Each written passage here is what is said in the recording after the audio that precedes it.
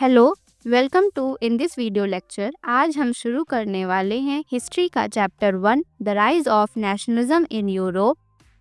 ये chapter Europe में कैसे नेशनलिज्म डेवलप हुआ उसकी कहानी है, जिसमें हम पढ़ेंगे फ्रेंच रिवॉल्यूशन, नेपोलियन, इटली और जर्मनी का यूनिफिकेशन और बाल्कन्स की टेंशन। So let's begin.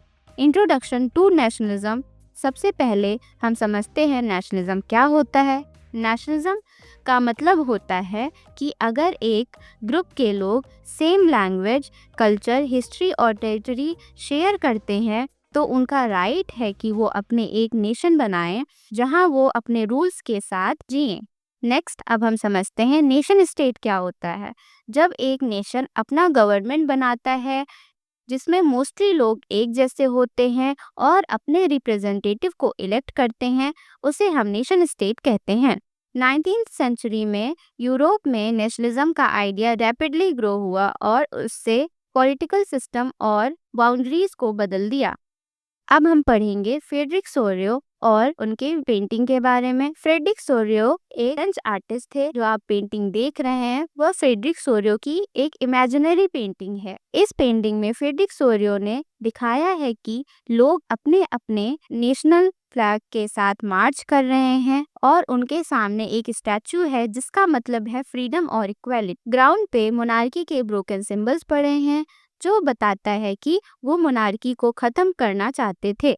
ये पेंटिंग एक यूटोपियन विजन थी जिसमें डेमोक्रेटिक और नेशनलिस्ट स्टेट एक साथ पीसफुली एग्जिस्ट करते हैं।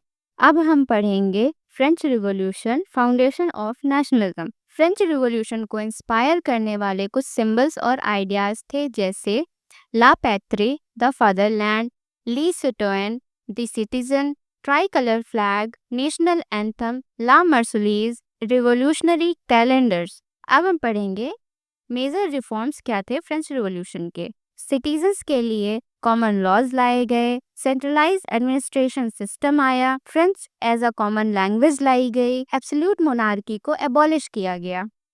अब इम्पैक्ट्स क्या थे फ्रेंच रिवॉल्यूशन के, जैसे फ्रेंच रिवॉल्यूशन ने इन्फ्लुएंस किया यूरोपियन मूवमेंट्स को और स्प्रेड किया नेशनलिस्ट आइडियाज को, डेमोक्रेटिक गवर्नेंस मॉडल इंट्रोड्यूस किया और कॉन्सेप्ट ऑफ मॉडर्न नेशनहुड भी इंट्रोड्यूस किया। अब हम पढ़ेंगे spread of nationalism through France. Nationalism कैसे फैला फ्रांस के जरिए। फ्रेंच आर्मी ने रिवॉल्यूशनरी आइडियाज को यूरोप के बाकी पार्ट्स में स्प्रेड किया। उन्होंने इंट्रोड्यूस किया uniform laws, efficient tax system, serfdom और फ्यूडल ड्यूज हटा दिए। शुरुआत में लोग खुश थे, पर बाद में फ्रेंच रूल को फॉरेन डोमिनेशन समझकर अपोज करने लगे क्योंकि वो एक्सप्लॉयटेशन भी कर रहे थे। अब हम पढ़ेंगे नेपोलियन के रूल्स और रिफॉर्म्स के बारे में। नेपोलियन बोनापार्टे ने 1804 में नेपोलियनिक कोड लाया जिसमें equality before law, feudal privileges को खत्म किया, प्रॉपर्टी राइट सिक्योर किए। नेपोलियन ने इंफ्रास्ट्रक्चर को भी इम्प्रूव किया, standard weight and measurement system, better roads and communication system. पर नेपोलियन के रूल्स और रिफॉर्म्स के ड्रॉबैक्स भी थे, जैसे freedom of speech and press को सप्रेस किया, सेंसरशिप लगाया, हाई टैक्सेस, मिलिट्री कॉन्स्क्रिप्शन, जबरदस्ती आर्मी में भर्ती करना। तो नेपोलियन ने मॉडर्नाइजेशन तो की पर डिक्टेटरशिप भी स्टैब्लिश कर दी थी। अब हम पढ़ेंगे फॉल ऑफ नेपोलियन। 1812 में नेपोलियन ने रशिया पर अटैक किया, पर रशियन विंटर और प्लानिंग फेल्योर्स की वजह से हार गया। 1814 में एब्डिकेट करके एल्बा आइसलैंड भेज दिया गया और 1815 में वापस आया, 100 दिन तक रूल किया। फिर बैटल ऑफ वाटरलू में फाइनल डिफीट हुई। उसके बाद सेंट हेलेना भेज दिया गया, वहीं उसकी डेथ हुई। नेपोलियन के बाद यूरोप में मोनार्की वापस आई जिसमें कांग्रेस ऑफ वियना हुई 1815 में। नेपोलियन के डिफीट के बाद कांग्रेस ऑफ वियना ऑर्गेनाइज हुआ जिसका एम था यूरोप के मैप को दोबारा सेट करना, जिसको लीड किया था प्रिंस मैटरनिच ऑफ ऑस्ट्रिया ने। कांग्रेस ऑफ वियना के गोल्स क्या क्या थे? ओल्ड मोनार्कीज को वापस लाना, बैलेंस ऑफ पावर मेंटेन करना, नेशनलिज्म और रिवॉल्यूशन को दबाना। कांग्रेस ऑफ वीना के आइडियाज कंजर्वेटिज्म के आइडियाज थे, मोनार्की और ट्रेडिशन की रिस्पेक्ट करना, रेवोल्यूशनरी आइडियाज का विरोध करना। तो एक बार फिर से यूरोप में मोनार्की डोमिनेट करने लगी। कंजर्वेटिज्म एक पॉलिटिकल आइडियोलॉजी है जिसका एम होता है ट्रेडिशनल रूल्स रेगुलेशन को प्रिजर्व करके रखना और चेंजेस को रेजिस्ट करना। Now we study cultural roots of nationalism. जहाँ पर पॉलिटिकल यूनिटी नहीं थी, वहाँ पर कल्चरल यूनिटी ने काम किया। कल्चरल यूनिटी को प्रमोट करने वाले की कंट्रीब्यूटर्स थे हर्डर, जॉन गॉटफ्राइड हर्डर इनका पूरा नाम है। इन्होंने कॉइन किया था term volksgeist spirit of the people. Next Grimm brothers थे जिन्होंने जर्मन फोक टेल्स को कलेक्ट किया। और थर्ड थे कैरल कर्पिंस्की, पॉलिश नेशनलिज्म को म्यूजिक के थ्रू स्प्रेड किया। नेशनलिज्म को बढ़ाने में फोक कल्चर जैसे लैंग्वेज, फेस्टिवल, सॉन्ग्स ये सब नेशनलिस्ट फीलिंग को जगाने के टूल्स बन गए। अब हम पढ़ेंगे the age of revolutions 1830s to 1848। इस पीरियड में नए सोशल ग्रुप्स इमर्ज हुए जैसे educated middle class students and professionals, जिनकी डिमांड्स थी national unity, constitutional government, civil rights.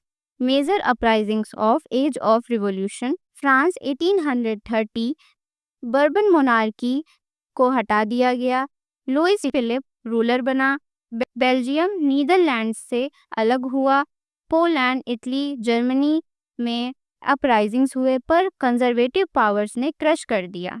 Next we study unification of Italy. Italy में 7 अलग अलग रीजन्स थे डिफरेंट रूलर्स के अंडर, जैसे Austrian, pope, Bourbons etcetera. Unification of Italy के की फिगर्स थे जिसेप मैज़िनी, जिन्होंने यंग इटली मूवमेंट की शुरुआत की। काउंट कैवर सार्डिनिया पीडमोंट के पीएम थे जिन्होंने डिप्लोमेसी और अलायंसेस का यूज किया। जीसफ गैरिबाल्डी ने रेड शर्ट आर्मी को लीड किया और साउथ इटली को यूनिफाई किया। Timeline of unification of Italy.